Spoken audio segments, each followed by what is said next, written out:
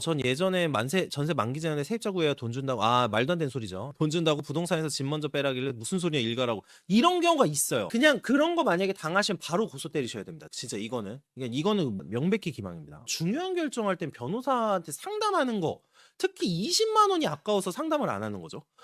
나 이해가 안 돼 이게. 블라인드에서도 슬픈 거 하나 봤는데 어떤 분이 전세 사기를 당했다고 올리셨어요. 원래 임차권 등기가 되기 전까지 그러니까 임차권 등기라는 게 뭐냐면 보통 저희가 주택임대차 보호법 또는 뭐 상가임대차 보호법이 있는데 주택임대차 보호법에 따라서 전세나 월세를 살잖아요. 보통 2년 사는데 그때 보증금을 못 받으면 임차권 등기 신청을 해가지고 임차권 등기가 등기부에 딱 올라가면은 그때는 내가 다른 데로 이사를 가도 경매 절차에서 내가 예전에 전입신고를 했던 그 내역을 기준으로 해서 대항력하고 경매 우선 변제권을 통해서 돈을 먼저 받을 수가 있어요. 배당이라고 하는데. 근데 임차권 등기를 안 해놓게 되면은 전입신고를 다른 데로 옮기면 안 되거든요. 블라인드에서 어떤 사례가 있었냐면 임차권 등기 신청은 해놨는데 다른 데 잠깐 나가 있으셨던 거예요. 그 집주인이 무단으로 들어와서 점거를 한 다음에 그 짐을 빼버리고 그 다음에 전입신고를 다른 사람을 옮겨버린 겁니다. 그러면은 이게 점유가 중단된 거가 되니까 배당 관계가 복잡해지는데 근데 제가 봤을 때는 이게 변호사들이 3명한테 상담을 받았는데 안 된다고 했대요. 근데 제가 기억하기로는 이게 이제 경매 쪽에서 유명한 판례 중에 점유 회수 청구권을 사용한 판례를 좀 이용해가지고 해보면은 할만할 것 같다는 생각을 했거든요. 근데 이게 좀 복잡한데 점유가 불법으로 침탈된 점유 같은 경우에는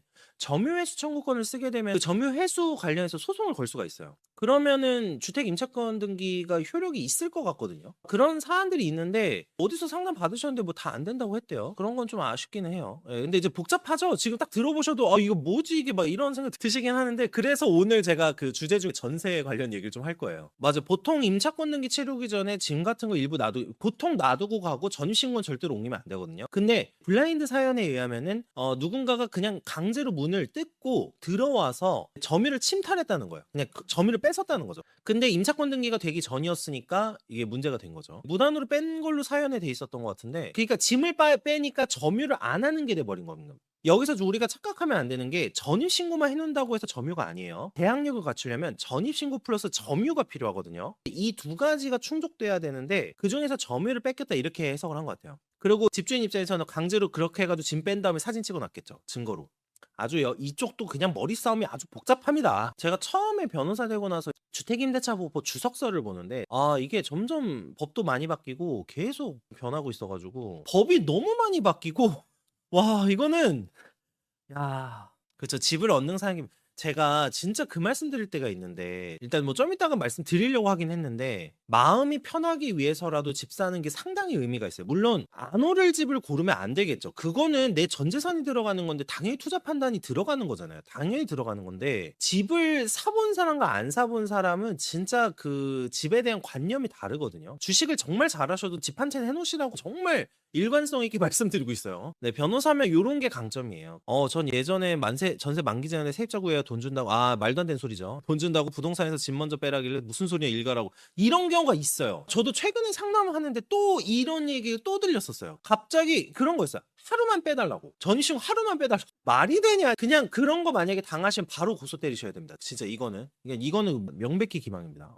솔직히 말하면 여기 공인중개사분들도 뭐 정직하게 하시는 분들도 많을 거고 저도 좋은 분들 많다는 거 알아요. 아는데 공인중개사분한테 너무 의존하시면 안 돼요. 왜냐면 이게 그런 게 있어요. 그러니까 공인중개사분들도 원래는 보통 계약을 체결하고 중개보수를 받으시는 거잖아요. 그러니까 중개보수라는 거는 중개가 돼야지 보수를 받는 거니까 특히 일반인 분들은 공인중개사가 뭐 날 속이겠어? 이렇게 생각하시는 분들이 있어요. 그거는 사실은 조금 조심하시는 게 좋겠죠. 그쵸. 집 관련은 너무 머리 썩힐 필요 바로 법률 잘못 구합니다. 이게 원래는 맞아요. 그게 기본인데 제가 너무 이해가 안 되고 제가 하나만 진짜 얘기해 볼게요. 행인이면 300만 원, 500만 원씩 써제끼면서 왜 집 결정하고 중요한 결정할 땐 변호사한테 상담하는 거 특히 20만 원이 아까워서 상담을 안 하는 거죠. 나 이해가 안 돼 이게. 아니 해외여행 가 가지고 3일 정도 막 일주일 즐기고 막 300, 500씩 그냥 쓰고 오면서 정작 내 인생에서 제일 중요한 결정할 때는 전문가의 자문을 구하지 않아. 이게 몇 억짜리 거래잖아. 이게 왜냐면 전세 거래라는 거는 사실은 사금융이에요. 내가 돈을 개인적으로 빌려주고 개인적으로 하는 거야. 그러니까 여기서 중요한 거는 임대인하고 임차인의 워낙에 그 소위 말하는 정보 격차가 있어요. 임대인들은 보통 집을 많이 구매를 해봤고 많이 세입자를 줘봤고 이런 게 있고요. 세입자 쪽은 보통 사회초년생이 많이 당하는데 사회초년생 분들은 전세 관련해 가지고 사실 첫 거래인 경우도 많고 뭐 거래로는 내가 경험치를 충분히 쌓을 수도 없고 그리고 처음 전세 계약을 하시는 분들은 그냥 내가 뭘 믿어야 되는지도 몰라요. 왜냐면 기본적인 공부를 안 해 봤거든. 전세 공부를 해본 사람이 없어요. 기껏해야 유튜브 몇 편을 봤거나 검색을 좀 해 봤을 텐데 사실 거기에 나와 있는 정보들도 다 정확하지 않아요. 정확하지 않은데 그거를 또 신봉하셔 가지고 막 진행을 하세요. 그게 진짜 안타까워요. 저도 제가 물어볼 때 전문가들한테 물어봐요. 부동산도 좀 부동산 하시는 분하고 얘기를 하는 게 맞는 거잖아요. 전문가랑 얘기하는 게 맞잖아. 전세 사기는 맘먹고 치려고 하면 못 막는 것 같아요. 그걸 말씀드릴게요. 네. 맘먹고 치려고 하면 공인중개사랑 짝짝꿍 맞으면은 사실 속일 수 있어요. 근데 최소한 그래도 안 당할 수 있는 것들은 최대한 예방을 해야 돼요. 제가 그때도 한번 말씀드린 것 같은데 100건이 있다 전세 사기가. 그러면 20건 정도는 도저히 변호사도 이겨낼 수 없는 사기예요. 어느 정도 수위냐면 뭐 전입세대 확인서 위조, 무슨 주민등록 등초본 위조, 부동산 등기부도 위조. 그걸 완전히 생으로 진짜 다 위조하고 정말 완벽하게 속이는 그 정도의 케이스가 20건이 있어요. 근데 나머지 80건은요 사실 부주의예요. 등기부 등본도 공신력이 없다. 그것도 이게 오해가 있어요. 자, 이게 그 등기 말소, 그러니까 원인 무효의 등기 말소일 때가 등기부 등본이 문제되는 거지. 일단은 등기부에 기재되면 이건 진실로 추정해요. 추정하는데, 그러니까 예를 들면 이런 거죠. 서류를 위조해서 처음부터 등기를 친 거. 그거는 무효가 맞습니다. 그거는 무효가 되기 때문에 등기부를 믿고 거래했다가 당하는 거예요. 요게 100건 중에 20건이에요.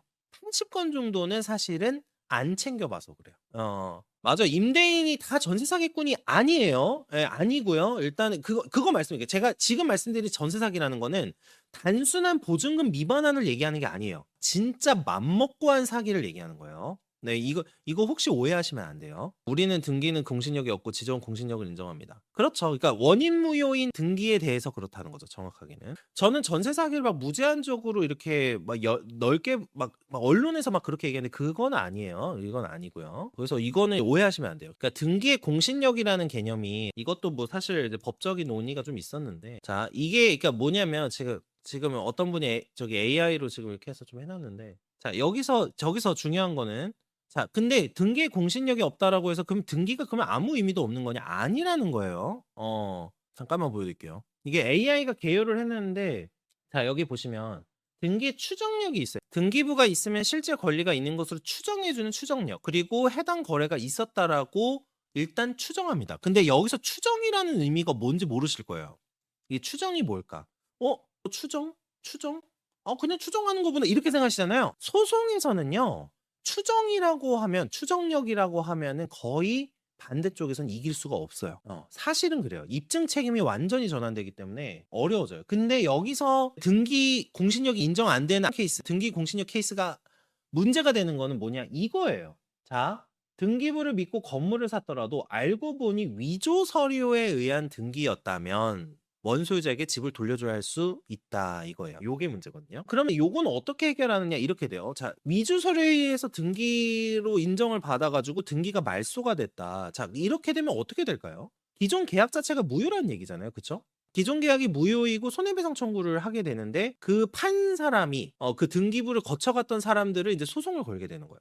거기서 소송을 거는데 이제 진짜 이제 꾼들은 요게 그 아까 제가 100건 중에 진짜 사기라고 말하는 그 20건이에요. 이건 도저히 예방할 수가 없어요. 완전히 위조를 해가지고 등기소에 접수를 하고 막 여러 짓거리를 한 거예요. 자, 그러면은 진짜 요건 좀 힘들어요. 이거는 변호사, 검사, 판사도 못 이깁니다. 예, 이거는 요거는 나중에 밝혀져서 사실 법적으로는 뭐 손해배상 청구할 수 있지만 보통 그런 사람들은 감옥에 가 있거나 아니면 돈이 없어서 깡통을 차 있거든요. 그래서 이제 못 받게 되는 거예요. 이런 상황이 되는데 한 80건 정도는 공부를 하거나 이러면 상당 부분 예방이 가능해요. 그러니까 추정이라는 거는 사실 엄청 강한 효력이에요. 근데 처음부터 등기 자체가 뭐 근저당 설정 등기도 그렇고 또 저기 일반 소유권 이전 등기도 그렇고 처음부터 위조가 됐네. 이게 이제 문제가 돼요. 네, 그래서 여기서 그러면 우리가 안전하게 거래할 수 있는 방법은 뭘까요? 자, 첫 번째, 소유권 이전 등기 말소 청구권이나 소유권 이전 등기 청구권. 그러니까 소유권 이전 등기 말소 청구는 원인 무효니까 이제 이거 청구를 할 수 있으니까 제가 조금 추천드리는 방식은 위험성을 줄이는 방식이에요. 예를 들면 한 집의 소유자가 한 10년 정도는 있었던 집을 고르시는 겁니다.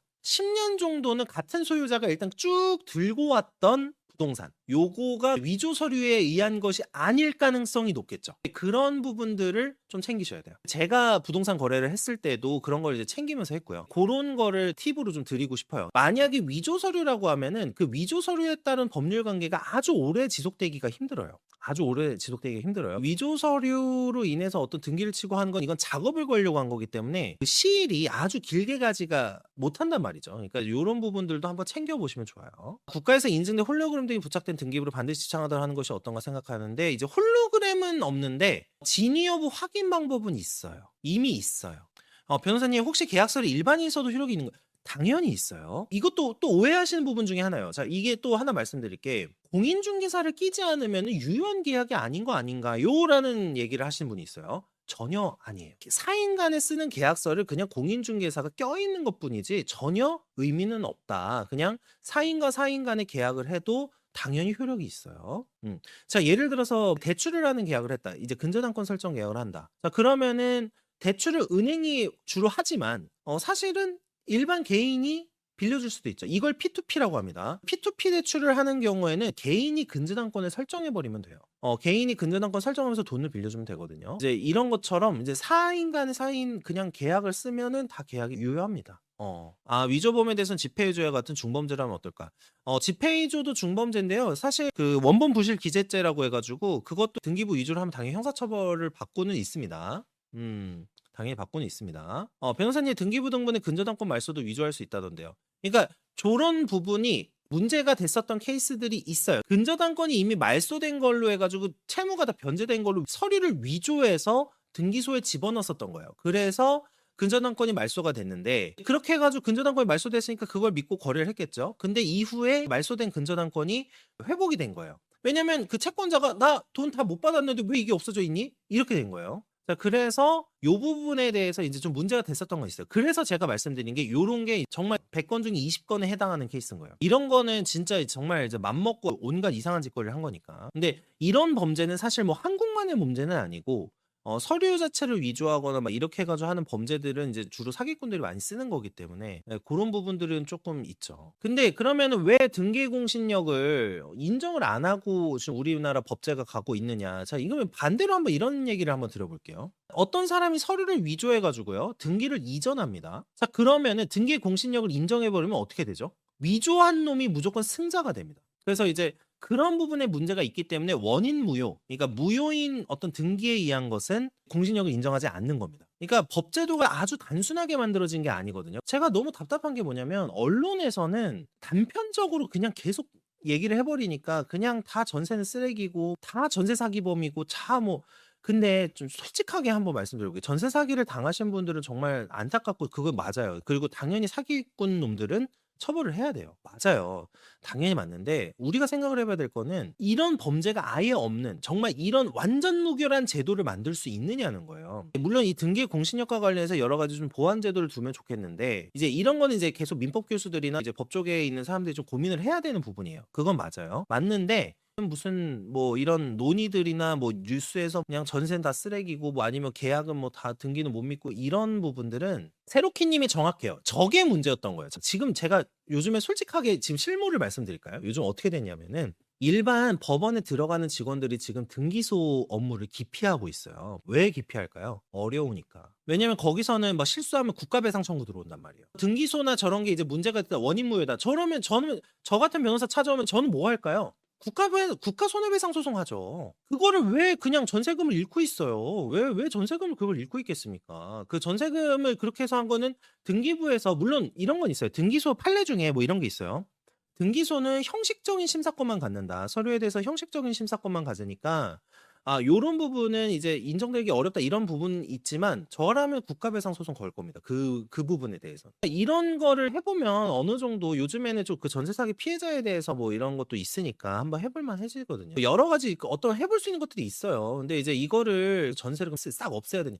그런 부분은 없어지겠죠. 다 월세 내고 있으니까. 그걸 통해서 어떤 이제 일부의 피해자는 발생을 하지만 사실 전세 제도를 통해서 이득을 봤던 사람들도 많이 있단 말이에요.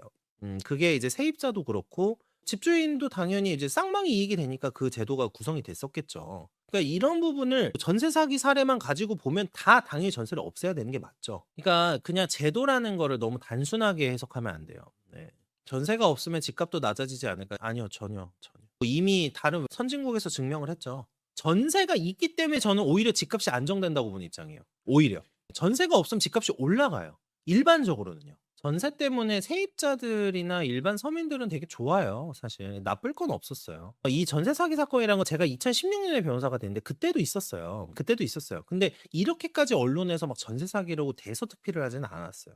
제가 그래서 그 사례에서는 어떻게 해 드렸냐면은 뉴스에 났던 사례인데 제가 법률구종내에서 일할 때 어떻게 받아들였냐면 전형적인 전세 사기 케이스에서 공인중개사협회 상대로 소송해서 이겨냈어요.